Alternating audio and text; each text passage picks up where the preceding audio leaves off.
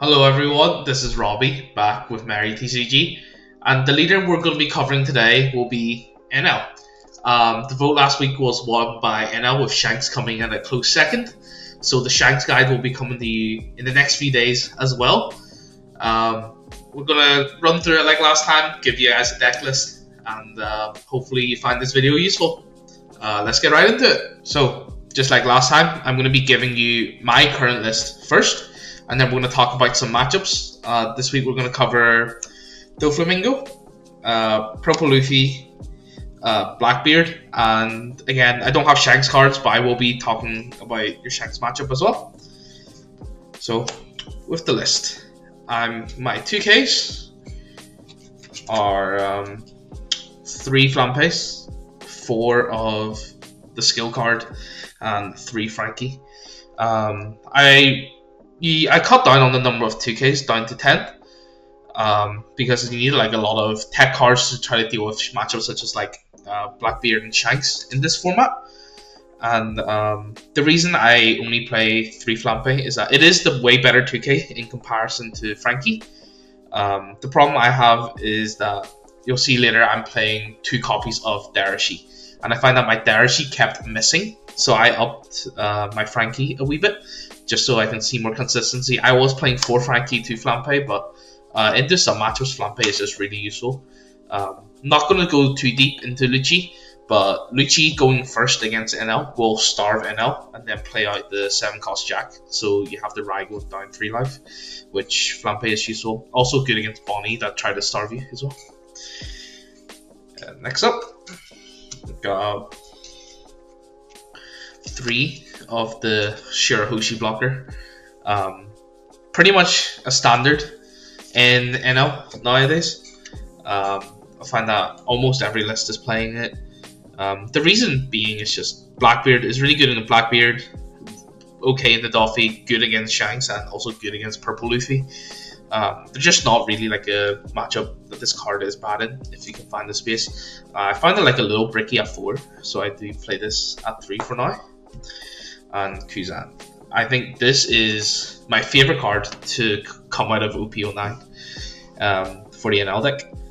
The aim of the game has always been starve, and with Kuzan, if you open like 2 Kuzan early game and put like 2 things into your opponent's life, you can get them to, if they're a 5 life leader, which most decks are, you can get them to 7. And that means like your Yamato can pop an 8 cost, which is crucial against Shanks.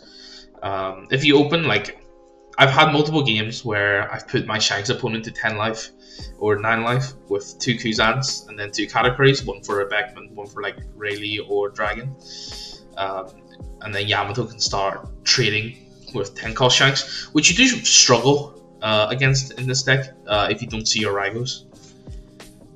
Moving on, Gadatsu.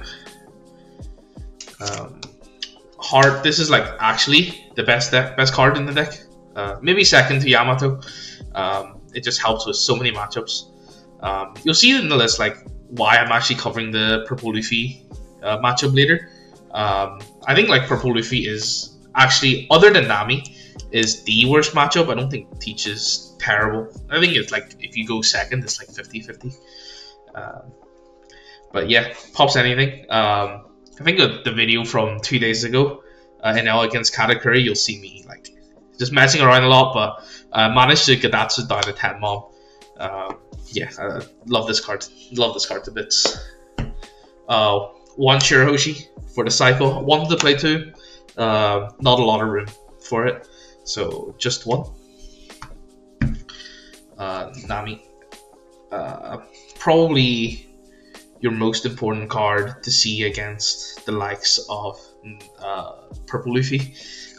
If you don't see like 2 of this card against Luffy, it's just game over. Like, this card is so good. I think this is other than Raigo, this is the only pop trigger I'm playing in the entire deck. I don't like triggering a lot of my cards because they're inherent neg 1s. If you watch my usual gameplay, you'll see that like I don't trigger my 0 cost event unless I absolutely have to, or if it's like I really need to stay to 2 life next turn. But yeah, Nami, very good card, searchable. And Lucy.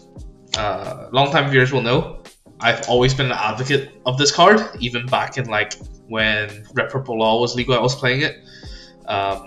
It's so good. Like against Dofi, a good Doflamingo player will not swing into you, and you rest anything. And you really need to see this against Teach. High ends, pretty standard. 4, 4, and 4. Nothing can't really change. If you really want to cut a high end, Ace is the only one that I would cut, but wouldn't cut anything. EBO2 when that Enel comes out, it's gonna be really fun. 7 cost 12k, rush, heal 1 every turn. It's an insane card. And events, 4-0 cost 4 Raigo and 2 Darashi. This Raigo is kind of you cannot cut Raigo, like especially in the format that we're in. Only deck this is bad against is Doflamingo, but even then when you trigger it, pops anything in their board. Darashi, my main thing with Darashi at the moment is that like it does miss a lot, but if it misses, what can you do? I think there's like 20 something targets in the deck, so you should like see 2 and 5 on average. It's really good against Shanks and Teach, and even against Plouffe. Like you need to see your Raigos and you need to see your Namis, and it just searches like everything you needed to search. And 0 cost. I've seen people cut it a little bit. Like people are playing like 2 or 3 just to fit in more tech cards and stuff, but I find that there's not really a need for it. So and I do find that this deck is very bricky, especially with extra events and like Lucy's and like more 2Ks. So I think 4 is necessary. Also, like this is the best trigger in your deck. Like I see people like play 4 Bages and like 2 of this. Like I look at it as like, why not just play, if you're gonna do that, just play like 4-0 cost and 2 Bages. Bages more utility at the top sometimes, but this is just way better for me. And let's talk about some tech cards for 2Ks. Kozuki Hiyori. This is one of those that I used to really like back in, I think, OP7. I would play this out all the time, just when on my Raigo turn. But now because we have the Kuzan, I can like Raigo and Kuzan as well. So I find that like just not much use for this card. But it was fun playing this with Momonosuke Olin, this putting Olin into life, and then Momonosuke heal it. But it was okay into Teach on 7 dons specifically if you have all 3 pieces, which is very unlikely. Nekomamushi. I actually still think that this card is pretty good. I've not done a lot of testing with it this format. I think it's really good against Doflamingo and Teach. Not because of the trigger, like you'll never be able to trigger it. But you can swing into Burgess, you can swing into Onami from Plouffe, you can swing into anything on Duffy's board if they're trying to pseudo-starve as well. And then Rocket Luffy's. I find that there's just currently no need for this card. If it could pop Burgess, great, but like you can't pop Burgess, it cannot be KO'd. There's just nothing that I need it to do at the moment. Your Doflamingo is really, like, matchup is really good already. This card sucks against Plouffe, so no reason to play it. Nico Robin.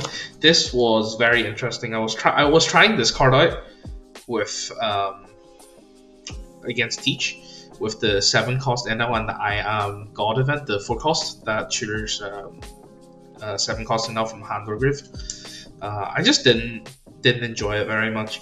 I find that like I prefer Starving Teach a lot more, and this is like, it was only good against Teach, but it was like really mid. So that's the reason I'm actually not currently playing Nico Robin. Amaru is the other one I wanted to talk about. I did really like this against Teach. Having like a one-off searchable target from Darashi was great, but I think like it's just so bad against everything else. Plus I find like Lucy actually has a lot more usage against other decks, and yeah. obviously like the trigger is great. I would play one if I could find the room for it. So if anyone has any suggestion, please let me know what I should cut. I think cutting can't cut 2Ks. Like the Rygo event she cannot touch, and Lucy she can't really touch. But yeah, if I can find the room, I would definitely play this. Let's talk about matchups. Let's get the simple one out of the way. Blue Doffy. I find that it doesn't matter you go first or second into Doffy. Personally, I prefer going second. So I could, like, on my 4-don turn, I could just swing all in to whatever they play. Or alternatively, if they decide to play Teach, I'll just swing 5 into the Jinbei most likely that they've played off Teach. And I would actually just go ahead and Kuzan the Teach. So unless, and with the Kuzan, if you Kuzan them, that means they have not a lot of cards left in hand because they actually have to ditch a card, custom card for some reason. They ditch a card, so like if they play like Jinbei Boa, then like they go super neg because like unless it's Jinbei Weevil, like you don't really replenish your hand. Also, it makes them 6 life. So down the line, I could Gadatsu the Jozu, and like Yamato can pop the 7 cost Doffy as well, which I find to be basically like if you Gadatsu this or like pop this, it's game over. One thing to note is that the 6 cost Lucy is actually in range of both of these. So going second, if I play this on 6, they can Jozu me on their, or Doffy on their 7-don turn, and then I could next turn I could Katakuri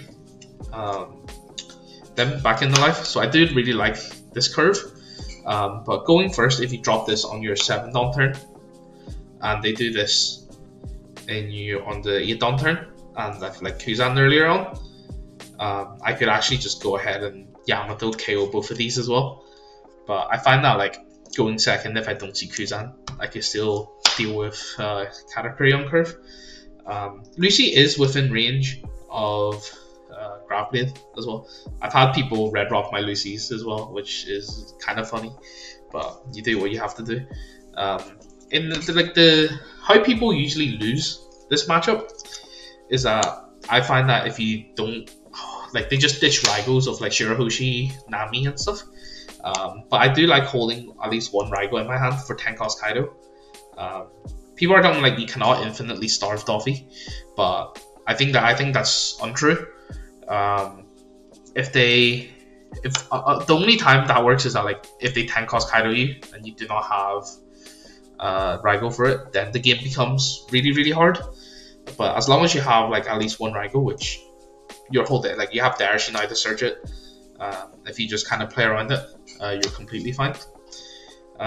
So how Doffy wants to play in the Teach is have like 4 or 5 active characters, because Enel can realistically only clear 1 per turn, and you put Enel down to 1, and then next turn you play Pudding and swing all in, and that's, or like next turn play Kaido, leave them on like 2 life, so they have the Raigo without heal, and next turn go all in with Pudding,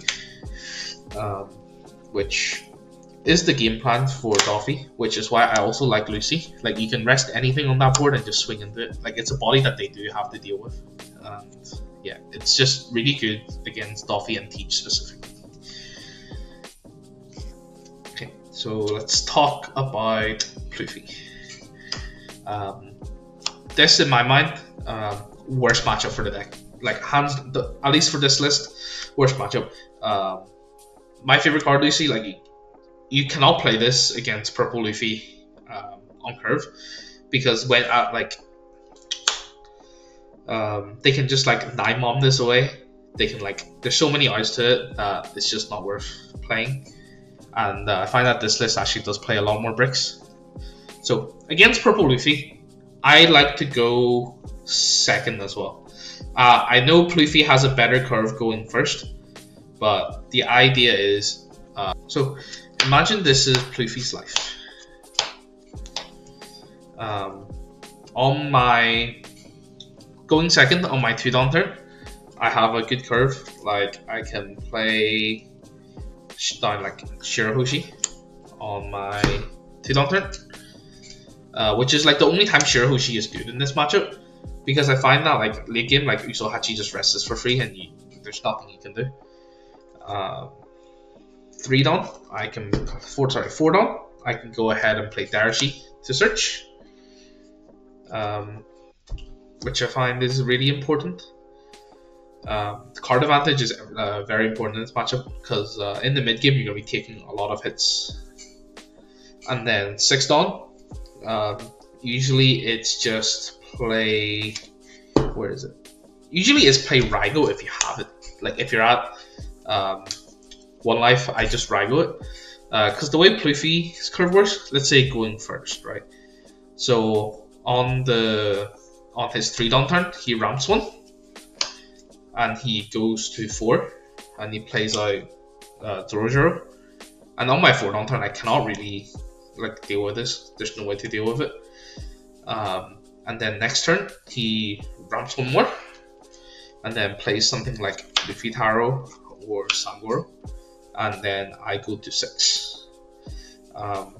The thing is, like this turn, if I do not have like Raigo for Luffy Taro, I need to draw Nami to KO the Sangoro. If I like cannot clear bodies, like it's so bad. Going first curve against Pluffy is like I'm on 3-down. Let the slicer back. On his 4-down turn, he ramps 1, and if he plays Sangoro, I cannot clear Sangoro, but I could Nami the Sangoro, which is kind of nice. But I find that like in this matchup, you just want to swing at his life, right?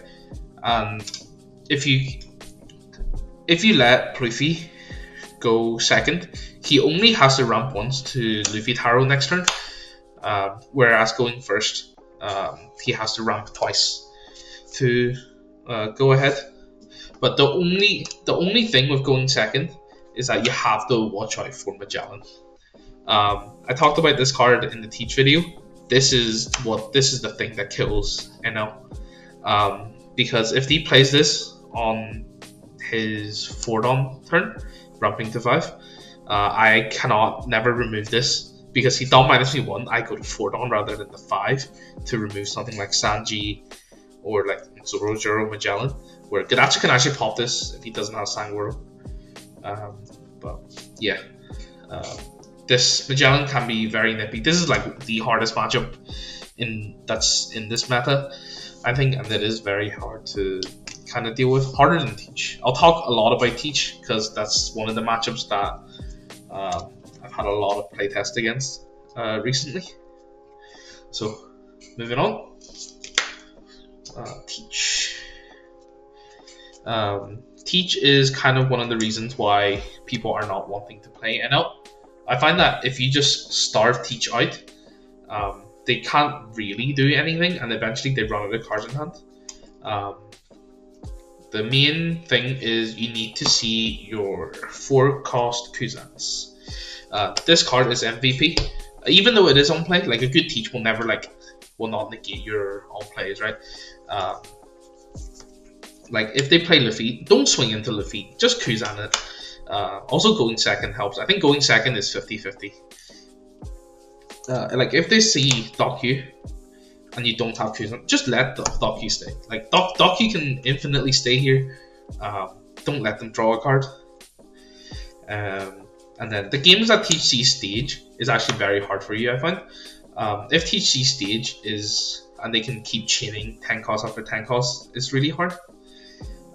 Obviously, the hardest card to remove in this matchup is Burgess, which is why I play Lucy.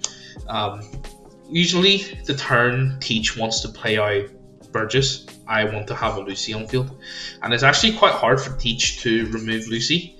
If you think their main form of reduction plus removal is Laboon, Van Augur, Doku, like these two combination kills a 5, which Lucy is out of the range for. So if you kind of just play around what they have on field, they have to waste events on Lucy, and if they're spending down to remove Lucy, it means they're not playing Burgess.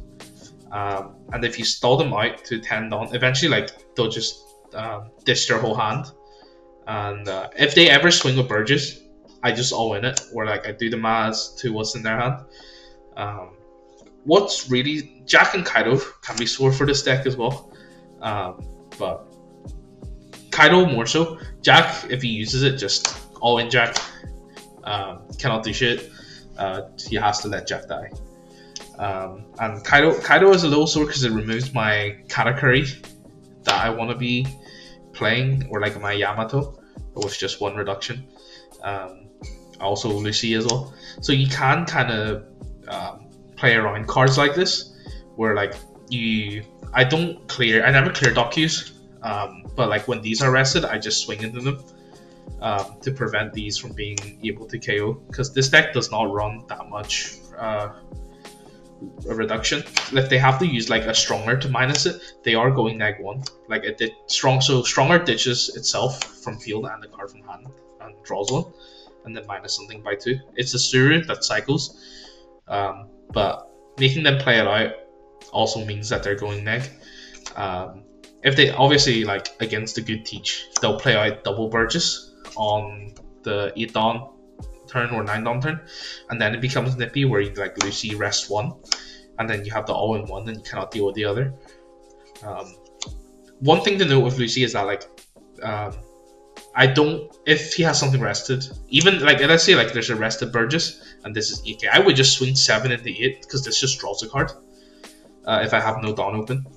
And I do that a lot just to get the extra cycle. Also like against some bad players, like they'll just swing into it and it's like a pseudo blocker, like you can kind of skill check people.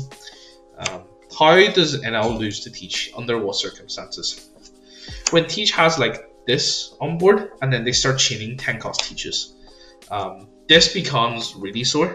I find that my win condition as Enel is that if Teach sees 4 10 cost Blackbeard, I need to draw 3 Rygos. So I always need to have 1 Rygo less for his draw 1 less Rygo at most than his 10 cost Teach. And I find that this blocker Shirahoshi actually helps a lot in this matchup. It just blocks hits from Burgess. Like if I have a big guy on field, like one or like a Lucy plus a big guy, Teach can freeze 1. Next turn, like I Rygo this, and then like I would all in it. And if you ever drop down to 0 against Teach, the game just ends. You can never come back. But yeah, like you have to counter early sometimes, but just starving and seeing Kuzan helps a lot in this matchup. Yep, let's go to Shanks. I find that with Shanks that I am also starving. Flambe is one of the cards I actually really want to see against Shanks. I just want to take my life to find my pieces against Shanks, as that kind of plays like Katakuri used to, but Katakuri can heal himself, which gets you in range of your like Yamatos and stuff for the 10 cost Big Mom. But Shanks cannot heal himself, so I really need to see my Kuzans and my Katakuri. I find that games that I draw 2 Katakuri against Shanks, I cannot lose. And Kuzan is a little weird one. Like some people play 1 cost Uta, some people doesn't. This can put Hongo into life.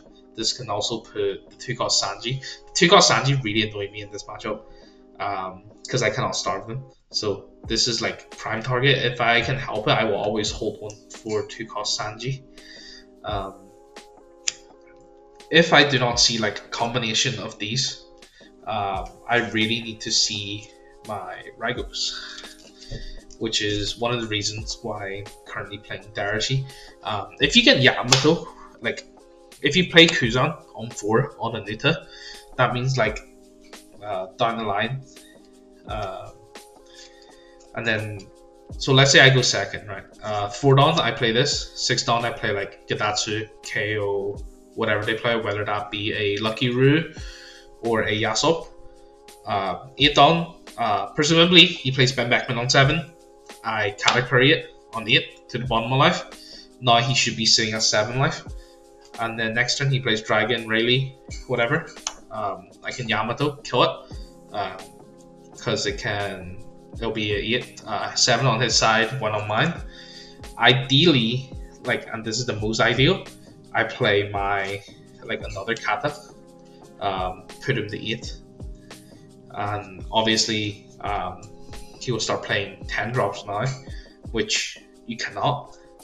So Raigo is what's going to have to deal with it, and Shirahoshi just helps deal with extra 10 drops. I find that if you're starving Shanks early, you can sometimes you just all in them, put up a blocker, all in the 10 drop, and they cannot do anything. Because they will not have a dawn up for Rat Beam, Guard Point, or Red Hawk. 10 cost Ace is actually your worst name in this matchup, I think. There's just nothing this trades into. All your high ends have a purpose, except for Ace. Ace is just it's just a heal one. This card sucks in this matchup. I find that Ace is really bad against Teach as well. The rush just never really comes up for me personally, so I never really like it. But yeah, hope everything helped. If there is any questions, do leave a comment, and I'll try to get back to as many of you as possible. Do tune in to what we have installed for the Shanks leader guide. I think it should be up in not tomorrow, but the day after tomorrow is when that video should be going up. So stay tuned for that. It's also a very detailed video. We did spend a lot of time doing a lot of theory, since it is a new deck, where with Enel I can just kind of talk, since I have been playing this leader for such a long time. But yeah, hope you enjoyed the video. Leave a comment, like and subscribe, and we'll see you guys next time. Bye.